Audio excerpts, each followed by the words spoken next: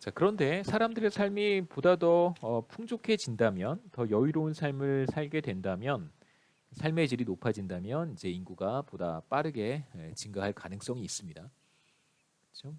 그래서 인구가 보다 빠르게 증가할 수 있습니다. 그래서 인구가 증가하게 되면 이제 1인당 리소스의 크기가 줄어들겠죠. 1인당 토지가 줄어들고 1인당 식량이 줄어들고 자기의 몫이 이제 줄어들 수 있겠죠. 그래서 인구가 빠르게 증가하게 된다면 각 사람이 얻게 되는 토지의 양, 식량의 양이 이제 감소하게 되고 사람들의 삶의 수준은 전반적으로 더 나빠지게 됩니다. 소득 수준이 하락하겠죠. 그래서 이러한 상황이 보다 더 악화된다면 이제 빈곤의 문제에 처하게 될 것이고 그렇게 되면 결국 인구 증가를 억제하는 그런 기능을 하게 됩니다. 그러니까 실제로 그 제가 아까 잠깐 말씀드렸지만 작년까지 이제 통일 연구를 좀 그 관심을 갖고 했었는데요. 제 관심은 사실 이제 남북 통일이어서 북한 연구를 하시는 분들을 종종 만나기도 합니다. 저는 이제 북한 연구는 하지 않고요. 북한 내부의 이제 뭐 정치, 경제 상황 이런 것들을 이제 연구하거나 조사하거나 그러지는 않습니다. 개인적인 어떤 정치적 신념 때문에 그런 건데요. 이제 그 뭐 세미나나 이런 이제 모임에 가서 회의에 가서 제가 접했던 것 중에 하나가 그 실제로 북한의 영양 상태가 매우 안 좋아서 텔레비전에 나오는 그 북한 사람들은 영양 상태가 좋은 거고요. 그 사람들은 그 뭐죠? 예, 착취를 하는 계급이잖아요. 착취를 당하는 그 사람들, 북한 주민들의 영양 상태는 매우 안 좋아서 특히 이제 여성들의 경우에 출산이 어려울 정도로 그 자녀를 그 출산하는 것이 어려울 정도로 그 영양 상태가 심히 안 좋다고 합니다. 그러니까 빈곤 상태, 그 영양실조 상태라고 이제 얘기를 하더라고요. 그래서 이제 뭐 저는 거기 그냥 듣고 있었는데 어떤 분이 질문을 했어요. 그러니까 그 만약에 영양 상태가 회복이 되면 이런 출산의 문제라든가 이런 것들이 해결되는가 그라고 이제 질문을 했더니 그 이제 그쪽 분야의 이제 전문가시죠. 그분께서 충분히 좋아질 수 있다. 건강 상태가 양호해지면 아무 문제 없이 뭐, 네, 뭐 생활할 수 있다. 이제 이런 커멘트를 하셨던 기억이 납니다.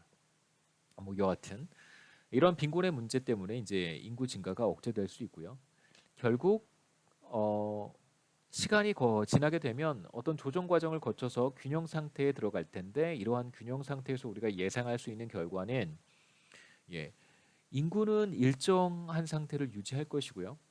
물론 이제 인구가 증가할 수도 있겠습니다만 우리가 지금 어떤 가정을 하고 있냐면 식량이 증가하지 않는다라고 가정을 하죠. 그러니까 농업 기술이라든가 혹은 뭐 식량 생산을 획기적으로 늘릴 수 있는 어떤 그런 기술이 존재하지 않는다면 사실 그런 기술이 산업혁명 직전에 나타나요.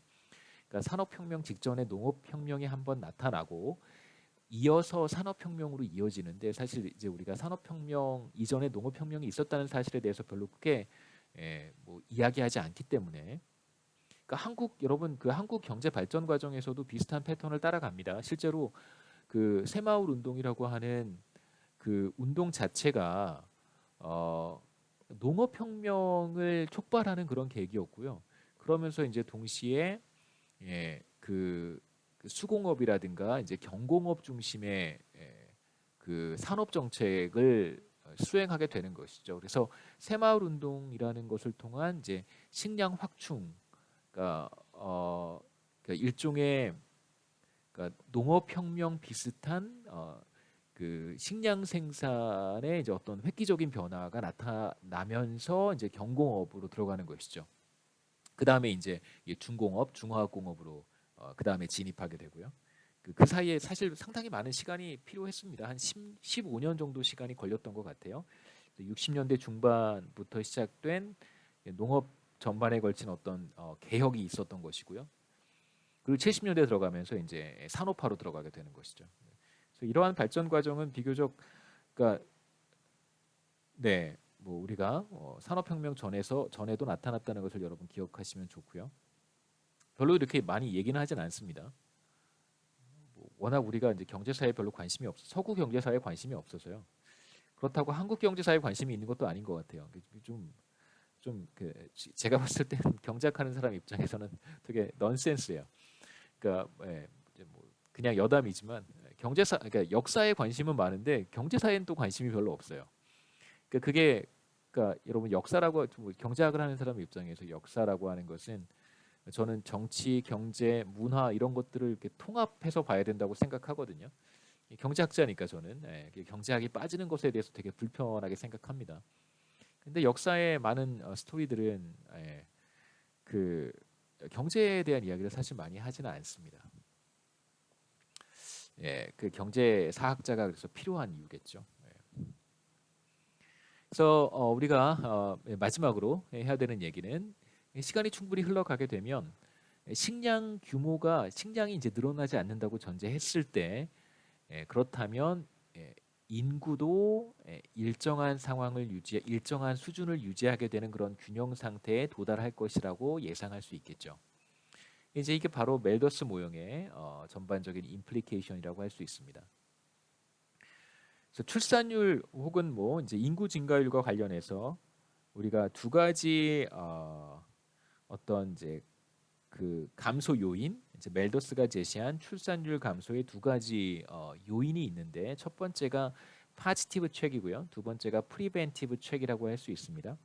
이제 파지티브 책이라고 하는 것이 뭐냐면 이제 자원의 제약 혹은 이제 식량의 제약으로 인해서 이제 불가피하게 출산율이 이제 조절되는 그러니까 fertility rate를 우리가 출산율이라고 하거든요. 그래서 이제 리소스의 제약 때문에 식량의 제약 때문에 이제 출산율이 줄어드는 현상을 이제 파지티브 책이라고 불렀고 프리벤티브 책이라고 하는 것은 이제 빈곤을 피해야 되잖아요. 인구가 지속적으로 늘어나게 되는데 지속적으로 늘어나게 되면 식량은 주어진 상황에서 프리벤티브 책을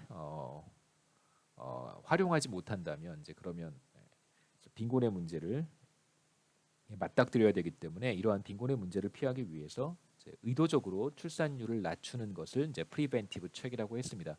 그래서 이 두 가지가 작동을 해서 어떤 안정적인 상태, 균형 상태로 들어갈 것이라는 것이죠.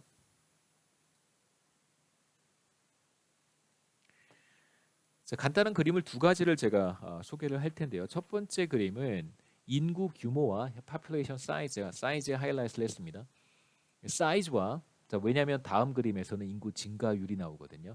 첫 번째 그림에서는 population 사이즈와 1인당 소득 수준 사이의 관계를 보여주는 것이고요. 이 둘 사이에는 네거티브 릴레이션십이 있습니다.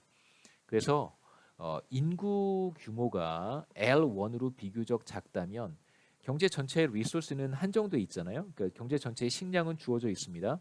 자, 그렇다면 전반적인 인구 규모가 상대적으로 작을 때 1인당 식량의 뭐 규모 혹은 1인당 소득 수준은 비교적 높다고 할 수 있겠죠. 그래서 경제 전체의 인구 규모가 L1이라고 했을 때 그때 1인당 소득 수준은 Y1이 될 거예요. 반대로 인구 규모가 늘어나서 L2가 된다면 이제 1인당 소득 수준은 하락하게 되겠죠. 그러니까 분모가 그만큼 커지는 거니까요. 그러니까 경제 전체의 리소스는 Y로 일정한데 이걸 이제 인구로 나누는 것이잖아요. 그래서 Y가 식량이고 혹은 리소스고 이제 L이 인구라고 했을 때 L이 늘어나게 되면 당연히 1인당의 소득 수준은 떨어지게 되겠죠. 그래서 Y가 일정하기 때문에 그렇습니다. 그러니까 이게 바로 이제 멜더스가 봤던 세상인데요. 실제로 산업혁명 이후에 솔로우가 그러니까 솔로우는 사실 산업혁명 훨씬 이후의 사람이죠. 1900년대, 1950년대 교수였던 사람이니까요. 그러니까 산업혁명을 다 거치고 나서 서구 그러니까 웨스턴 소사이어티의 경제 발전을 이제 경제 성장을 다 관찰한 거잖아요. 2차 세계 대전이 끝난 다음에 대공황을 이제 이겨내고 나서 그래서 솔로우의 관점에서 봤을 때는 사실 경제 성장을 드라이브하는 것이 존재하고 그것이 이제 자본 스탁이라고 봤던 것이죠. Y는 계속해서 증가하는 거예요. 솔로우의 관점에서 보면 이제 멜더스가 봤던 세상은 이제 그렇지 않았던 것이죠. 그래서 우리가 지금 보고 있는 곡선은 바로 인구 증가가 1인당 소득 수준을 결정하는 것입니다. 그래서 여러분 이 그림을 보실 때는 반드시 가로축에서 세로축으로 읽으셔야 돼요.